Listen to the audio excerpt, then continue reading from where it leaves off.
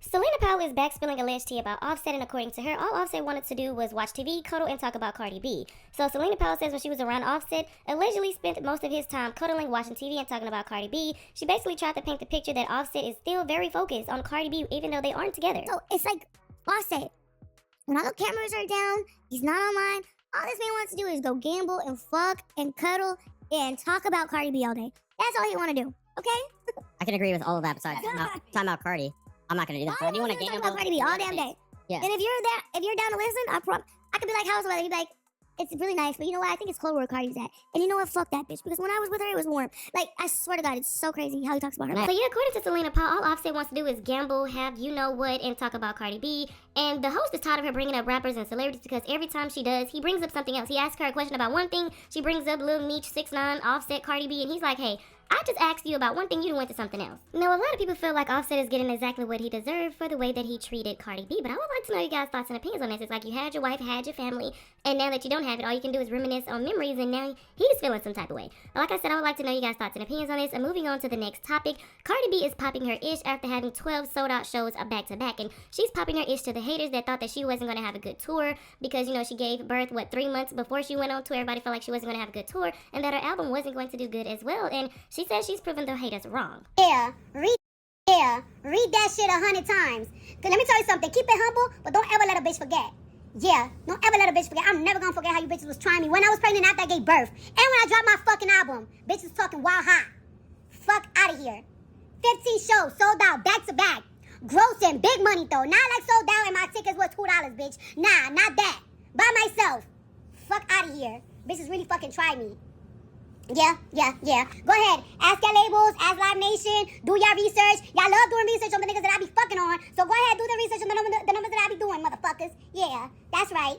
Shout out to my fans. Shout out to everybody that bought a ticket. Let me tell y'all why though. Because it was a lot of TikTok content creators, fake ass content fucking creators. There was people on the comments and shit trying to put doubt on me. And y'all ain't went for that shit. Oh, she wasn't gonna perform. She's gonna cancel. She just gave birth. But y'all know I don't play when it comes to my fucking job. Y'all know I don't play about my money. Y'all know I don't play about child money. And y'all trusted me to still get up there, baby. Let me tell you something. I'm gonna tell you what my grandma said. If you good enough to fuck, you good enough to fucking work. And that's exactly what I did. I'm giving y'all my all.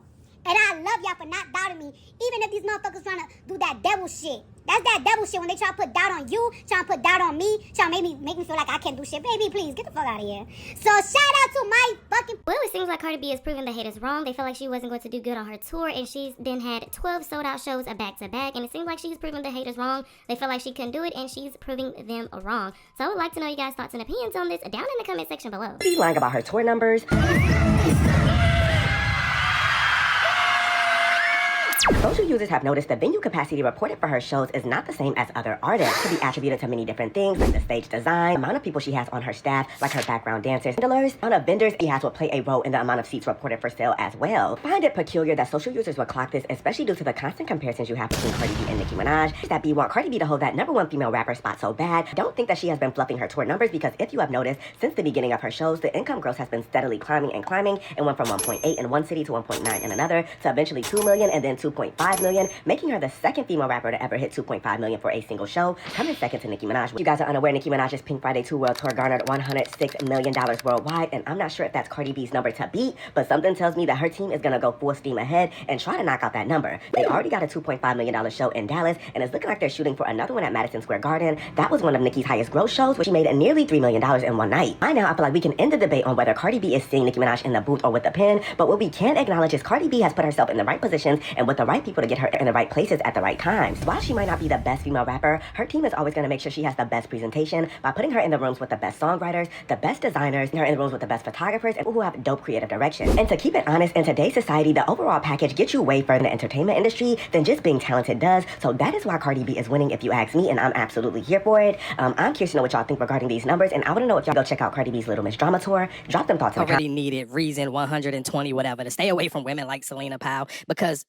I'm not gonna laugh at Offset. I'm gonna judge you because who you're doing it with, but I'm not gonna laugh at what you're doing, because I think most people, realistically, if you are old enough and been through a serious breakup, you 9 times out of 10, the first person that you're super comfortable with, and maybe you don't even see like a long-term relationship building with them, but you just like, y'all super cool, y'all like to cuddle, you like to talk, you just super comfortable with that person, and venting to that person, I can imagine most people have done this before, especially after a huge breakup and that very first person, you know, that, oh, run up under something new or whatever the case may be. I get doing all of that. It's probably just with who you do it with, because somebody like this, where she feeling like she having a high kiki moment, like, oh, all Offset want to do is just cuddle around and talk about Cardi B.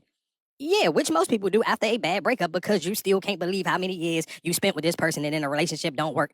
Everybody has done it. You can watch 90 million people do it via TikTok stories all the time because people go through dramatic breakups. Just think about it. So if you're somebody who's watching this and you about to laugh, but I guarantee you today or sometime last night, you followed and watched somebody tell you a TikTok story about an ex or why they broke up or whatever the case may be. So that's why I'm not about to sit here and laugh at Offset. I just think your judgment and your discernment on who you're doing it with is one of the reasons why you'll see so many men running around saying, oh, that's why I don't tell women my stuff. It's not about the women telling women your personal, your vulnerable feelings. It's about the woman you tell, and then she will go around telling everybody else, i.e. this moment with Selena Powell. Cardi B sends a special thank you to her fans for selling out her tour dates. Now, before I show y'all the thank you, y'all go ahead and tag my good sis below and tell her to check her DMs, because I DM'd her.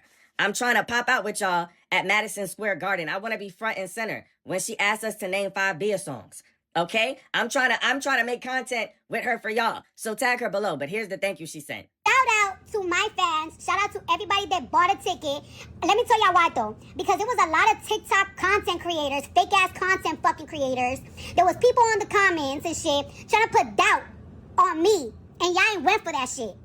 Oh, she wasn't gonna perform. She's gonna cancel. She just gave birth. But y'all know I don't play when it comes to my fucking job. Y'all know I don't play about my money. Y'all know I don't play about child money.